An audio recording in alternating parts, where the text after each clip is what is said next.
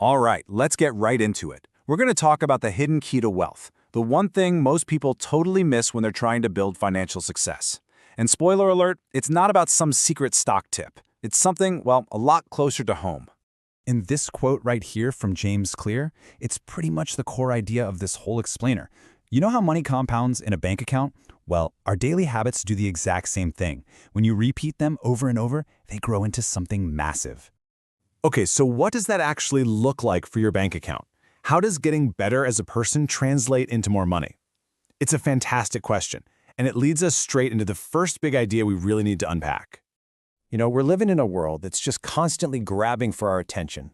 And yeah, our wallets too. So let's dig into the psychology of why it feels so hard to plan for later when now is just so tempting. And this slide just lays it out so clearly, doesn't it?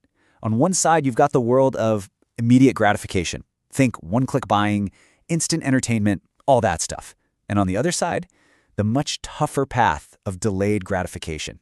You know, saving, investing, learning. One is easy and feels good right now. The other is hard, but pays off big time later on. And this is the real challenge, right? I mean, think about it. Technology has basically erased the waiting period between wanting something and getting it. That makes long-term thinking a genuine act of rebellion. It takes real discipline. You've probably heard of this one, the famous marshmallow test. It's the perfect stand-in for our financial lives. Every dollar you spend today is like eating that one marshmallow right away.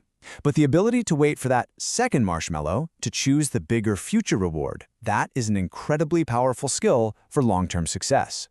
Okay, so you'd think, right?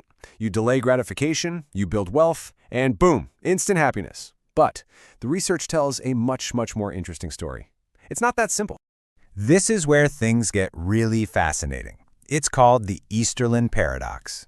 So yes, if you look within a single country, richer people do tend to be happier than poorer people. But, and this is the crazy part, when the entire country gets richer over time, the overall happiness level just stays flat.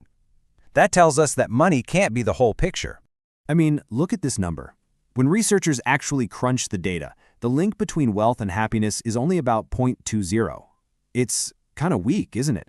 There's a connection for sure, but it's way smaller than most of us assume. And if you need the ultimate proof, just look at lottery winners.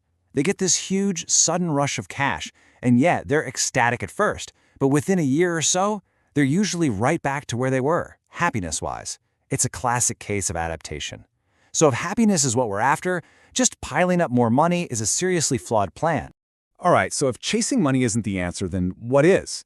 This is where we get to the real secret sauce, the one thing that actually drives both wealth and well-being. And this idea right here, it's a game changer. It's from the business thinker Aquaparize Jimmy. The idea is that your income is a reflection of your personal growth. And here's the beautiful part.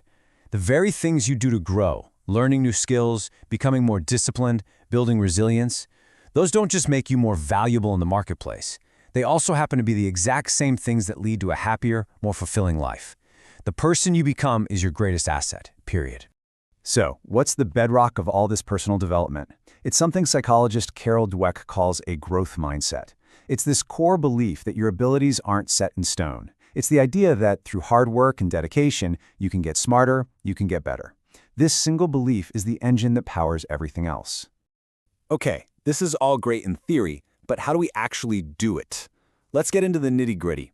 What are some real, practical tools you can use to start building that growth mindset and literally rewire your brain for success?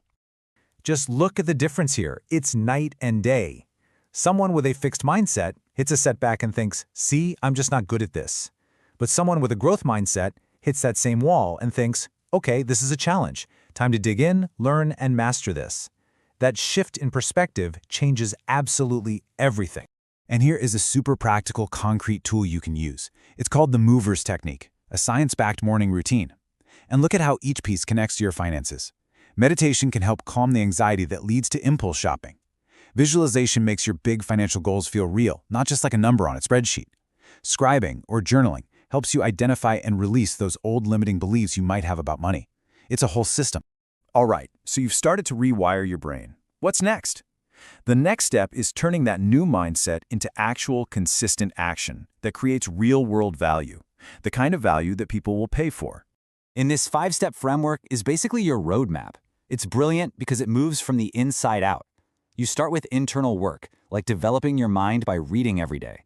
Then you move to external action, like mastering high-income skills and building your network. It's all about systematically getting better at solving bigger and bigger problems, because ultimately, your income is a reflection of the problems you can solve. And, this whole idea of being intentional with your actions, it's backed up by tons of research. Performance coach Brendan Burchard found that the most successful people in the world aren't just lucky.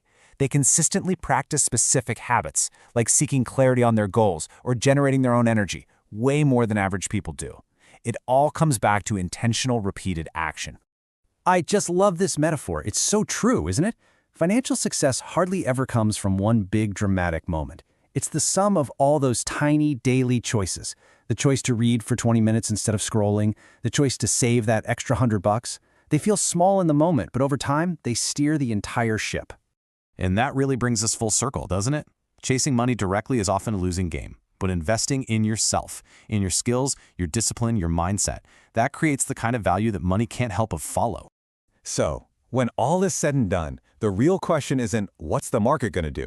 The real question is, what are you going to do? The person who's going to benefit most from the good choices you make today is the future version of you. So what choice are you going to make for them?